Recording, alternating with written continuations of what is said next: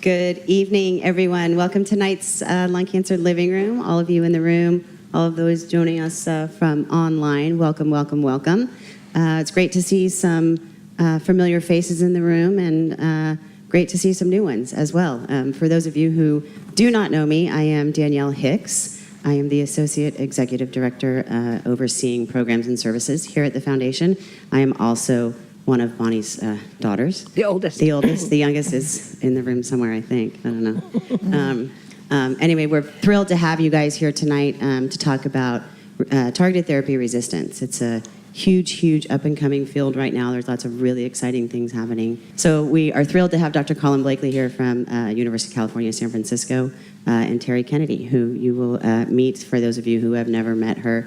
She is a lung cancer survivor, and she's going to share her story with us. So thank you. Now I'd like to introduce Dr. Collin Blakely from UCSF, and he's going to talk to us about progression and resistance and why all of those things are happening. Great. And what we can do about it. Thank you so much, Bonnie, and thank you to you and your organization for inviting me.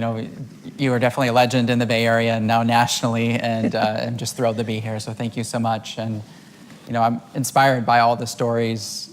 Many of you have been fighting lung cancer for years and some even decades, so it's about you. That's what makes me do what I do, to try to help you and to improve the therapy. I think if we just stick with the status quo, it's not enough. And I've kind of dedicated my whole career, much of my life, towards improving lung cancer treatments and coming up with, hopefully, some of the next therapies, or at least being involved in that.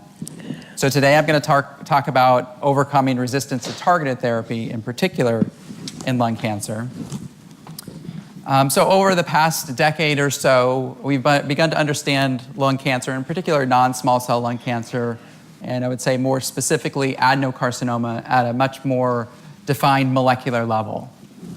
We've been able to determine that there are key mutations within the genetics of the cancer that seem to be critical for driving the cancer's growth. They're addicted to these genes and these mutations. And as such, if we can find drugs that can target them, in many cases we can cause these tumors to shrink, in many cases shrink dramatically and for long periods of time. I would say that's been most successful with EGFR, as some of you have talked about, as well as ALK, which makes up a smaller piece of this pie, but still very important. And there's been now at least 3, and actually 4 FDA-approved drugs to target EGFR, and another 4 to target ALK. And these have been huge advances. However, these treatments almost always stop working at some point during the disease course. How do we overcome that? So first I'll focus on EGFR, and that's really my, I would say, area of expertise and what I spend most of my time studying, although I do have interest in ALK and other targeted therapies as well. But EGFR stands for epidermal growth factor receptor. So it's a protein made by the gene that goes to the surface of the cell and it responds to signals from outside of the cell and tells that cell to grow and divide. And it's a very important gene, a very important protein. It's made in almost all of our cells in our body. However, when you get a mutation in that protein, the cells no longer need that cue from the outside. They no longer need a signal from another cell saying, okay, it's time to grow. And they just do it automatically. It's basically like a light switch, you just can't turn it off. Fortunately, we have developed drugs that in some cases can turn it off. And those are effective most against these L858R and exon 19 deletions, which make up the majority of EGFR mutant lung cancer. However, as many of you know, and many of you have actually experienced this, at some point, these drugs stop working, and we get what's so-called acquired resistance to therapy. And that's when you move on to new drugs such as Tagrisso or chemotherapy or immune therapy. What we're finding, however, is that that's a harder and harder disease to treat because there are not just a few mutations, say EGFR maybe plus a handful of others that are driving the tumor's growth, but maybe there are dozens of mutations in the cancer at that point. Maybe there are what we call subclones present that have additional mutations that the initial tumor didn't have. So our focus at UCSF, and I'm partnering with Trevor Bavona, Dr. David Jablons, and others, is to understand what's happening at this initial response to treatment. Why is it that the tumor usually responds but doesn't go away completely? Definitely you can have complete responses to therapy, but I would say they're pretty rare. So why is it that the tumor is persisting? What can we find out about it at that point and maybe target before it even gets to the point of acquired resistance? And that's really the major focus of my work at this point. One of the ways to understand this better is to get access to the tumor DNA at pre-treatment at this kind of residual disease state and see how it evolves over time to become a fully progressing acquired resistance tumor. And we do this in part by doing biopsies of the tumor itself. But as you guys know, sometimes that's very challenging and can be painful, and sometimes we don't get adequate tissue to analyze. So what I've done is I partnered with Guardant Health, who many of you are familiar with, to do liquid biopsies on patients, and was able with them to get access to their database of about 1,200 EGFR mutated lung cancers, and to do a thorough analysis of what's happening at this, even before treatment, that might be influencing how well somebody responds to an EGFR inhibitor, what's happening during treatment, and what's happening at resistance. And what we found is that this cancer is much more complex than we had originally realized. So it was initially thought that, well, if we just find the one mutation that makes it grow, that's all we really need to know. But in reality, there are dozens of alterations frequently in these tumors. And we really need to know what's happening in every one of those pathways and what role it's playing in the cancer's growth and progression and resistance to therapy. So to do that, I looked to see how patients did, and I correlated it with what mutations we found in their plasma, in their what we call their cell-free DNA or circulating tumor DNA. And we found a number of mutations actually did correlate with worse response, in this case to osimertinib or Tagrisso, in different pathways. And I'll zero in on something called the cell cycle. And the cell cycle is what tells the cell to make a copy of itself. It's very tightly controlled by multiple proteins and pathways within the cell. And when that gets altered, the cell can grow out of control.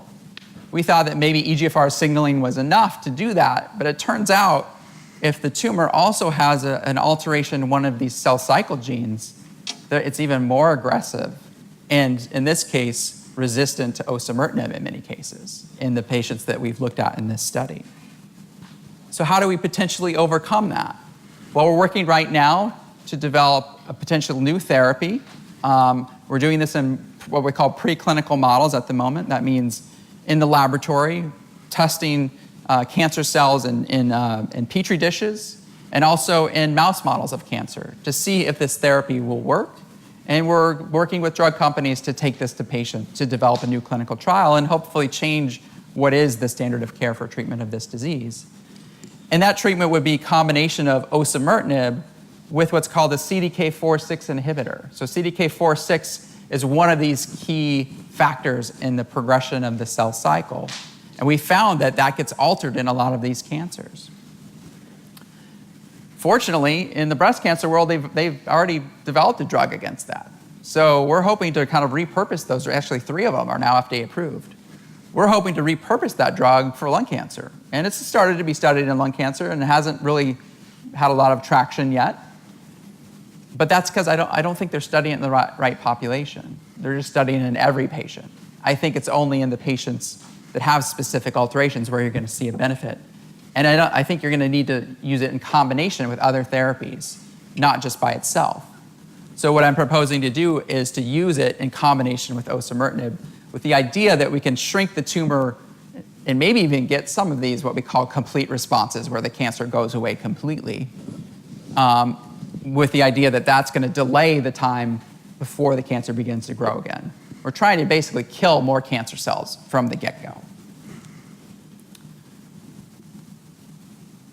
Another way that we're focusing on this problem of disease persistence is to actually get access to tissue at that persistent state.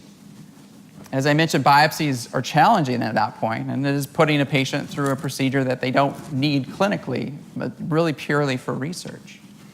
And that is hard to come by, and many patients have volunteered to have that done, and we're very grateful to them.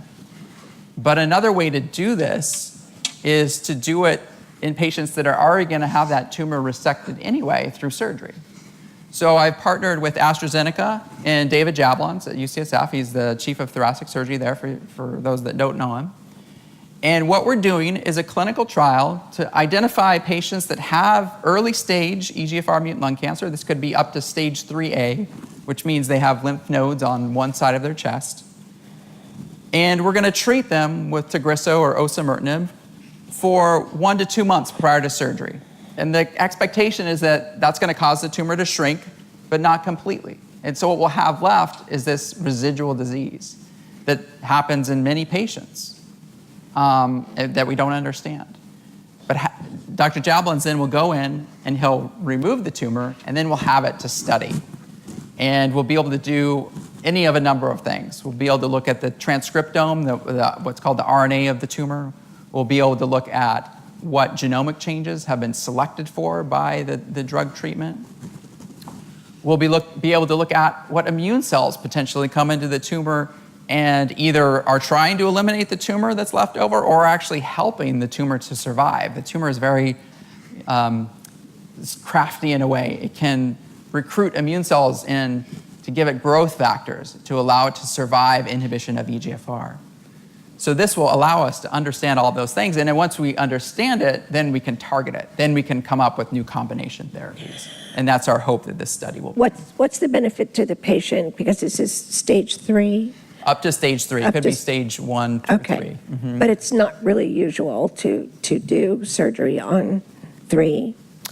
For us at UCSF, I would say it is. Well, I know that because I was one of them. Yeah. But everywhere else, it's not really necessarily standard of care. Sure.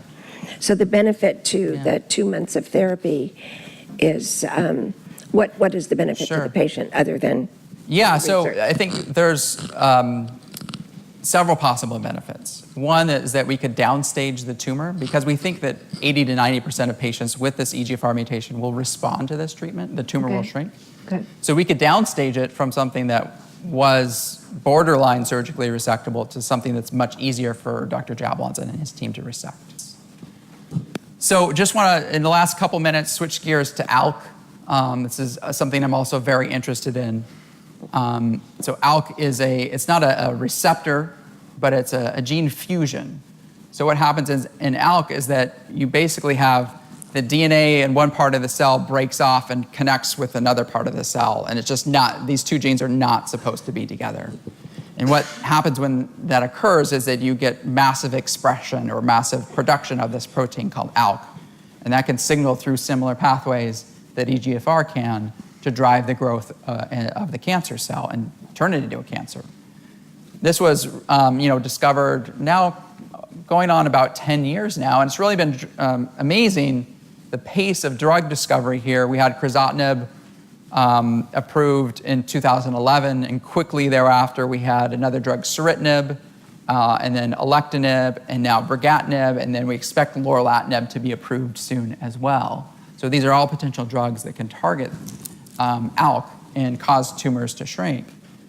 However, like EGFR, the problem is that resistance still occurs, and these tumors don't go away completely. In many cases, we can identify the mechanism of resistance through what's called a second mutation in ALK that causes the cancer cells to become resistant to that targeted therapy. But as you see in the white there, about half of the patients, you can't find anything that's causing resistance. So why is that? How do we treat that? Well, one possibility is to look at how ALK signals. What are the downstream pathways from ALK? Maybe it's one of these pathways that gets altered that's driving that resistance. And ALK is known to signal through multiple pathways, what we call the PI3 kinase pathway on the upper, the STAT3 pathway, the RAS pathway, and the PLC gamma pathway, among probably a dozen others as well. Which one of these is actually important to this tumor? We didn't know. Until a graduate student in Trevor Bavona's lab did a very elegant study in which he used genetic approaches as well as drug approaches to systematically go through every one of these pathways and figure out which one ALK was truly dependent on. And what he came up with was that MEK pathway, that MAP kinase signaling pathway. And fortunately, there is a MEK inhibitor that's available. There's two, actually. One of them is trametinib, the other cobimetinib. And in a mouse study, he found that if he just used the drug ceritinib, which is one of these second-generation ALK inhibitors, by itself, he got nice tumor shrinkage for a while, but then after 60 or so days, it started to grow again. Very similar to what happens in patients, only on a kind of compressed time scale. But if he started treatment with ceritinib and trametinib from the beginning, all of the tumors were eliminated and never came back. So we've seen, these dramatic responses in mice before, so I don't want to get too excited about this, but it was really intriguing data. And to the point that I worked with Novartis over the last 2 years to develop a clinical trial to combine ceritinib with trametinib, and that study is now open at UCSF, and we're accruing patients to that. So if any of you are interested in that study, I'd be happy to talk to you more about that. So I think with that, I've probably used my time, and I'll just thank you. And none of this work could be possible without you guys. So you volunteering to participate in the research is just tremendous. And thank you for that. And just want to thank the rest of my team. And Bonnie, early on, the foundation funded me back in 2012 when I was a fellow. So kind of started me on my way. So I'm very thankful to you for that. You're welcome. Terry, your story, you thought you were going to get away without it, but you're not. Okay. Like everybody else, I have a lung cancer diagnosis. Not everybody, but a lot of you folks here. I was diagnosed in August of 2015, so coming up 3 years. I've had a lot of experience with resisting targeted therapies, so that's kind of unique. I've done a lot of lines of treatment, and that's why this is very interesting, and I can share my experience with trying to come up with ideas to deal with the resistance. So I started out after diagnosis and having I had a very large tumor on my upper right lung that I think was like the size of my fist, and progression or metastases to my bones and some lymph node. And so, because it was considered to be growing at a fast rate, before I even got the genomic testing results, I went on a chemo and did that, just a pemextred and carbo for 2 rounds. And in the meantime, I got the results that I was EGFR. So we went ahead and waited to see if I responded to the chemo. I really didn't respond. It didn't grow significantly, but there wasn't any shrinkage as a result of the 2 rounds. So we switched to the targeted therapy, which I, at the time, did afatinib shortly after diagnosis. And I was a super responder to afatinib. The tumor shrunk to the size of a dime, as from what I understand. And it went away in my bones and no spread. But I responded tremendously, but not for very long, like 8 or 9 months. And then new nodules started to appear. Yeah. And I never had that stable period. It was just like shrink and then, yeah. So after having a tissue biopsy after showing some growth after afatinib, T790 showed up, T790M. So I went on Tagrisso, and this was close to a year after being diagnosed. Moved to Tagrisso. One scan after being on Tagrisso, I think was okay. And then the next scan, and I do scans like every 6 to 8 weeks. I'm a pretty frequent scanner.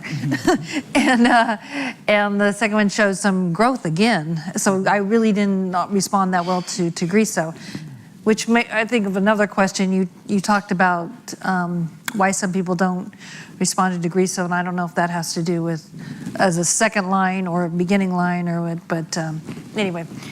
So I never know why I didn't respond to Tagrisso. But so after that, I had another biopsy which showed C797S, I believe. And the T790M went away. But again, it was maybe a different part of a tumor and that whole thing. So I became a clinical trial junkie after that, trying different things. And, I didn't think I wanted to do chemo. I was trying to push it off. I wanted the targeted therapy to work or some combination.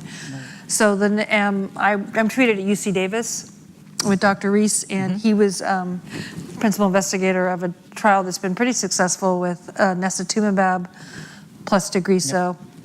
And so I tried that, let's see, about a year and a half ago almost, and I had a very toxic response to the nestatumumab, a very unusual, and actually I don't have very many side effects, and I've taken a lot of different drugs, but for some reason, I don't know if I was allergic, but I had to drop out because of toxicity, so didn't really get an idea of how that would have worked for me, but I just want to point out how unique and awesome it is what Terry has been able to pull together for the EGFR resistors, to be able to get that many similar patients together and agree to go out and be involved in research is a huge feat. And our clinical trials, wouldn't be weighing as low as they were if more people were doing what you guys are doing. And there's groups out there for ALK as well, and for ROS1 and whoever else might be watching, interested in some of these groups that have pulled together. And we're working with all of them in some capacity, and it's just truly, truly remarkable. So thank you for that. And we actually had a call with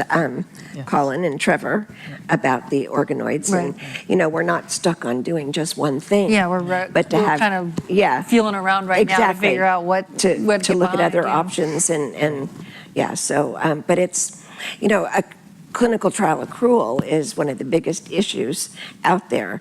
So for these patients to be pulling together and creating these groups, you won't have to do so much fishing. They're going to be coming to you, and saying, I need this many. And, even into the submarkers, it's not just about EGFR, because you might say, I need 10 exon 20s, or I need, various different things. So.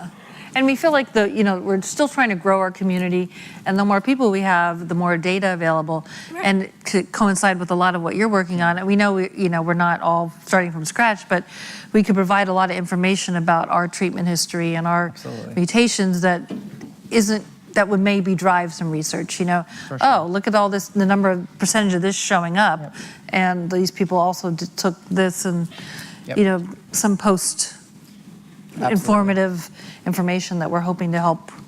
No, that's great. And will be. I have a question for you, Collin, because I'm just a huge believer in patients being a big part of the solution.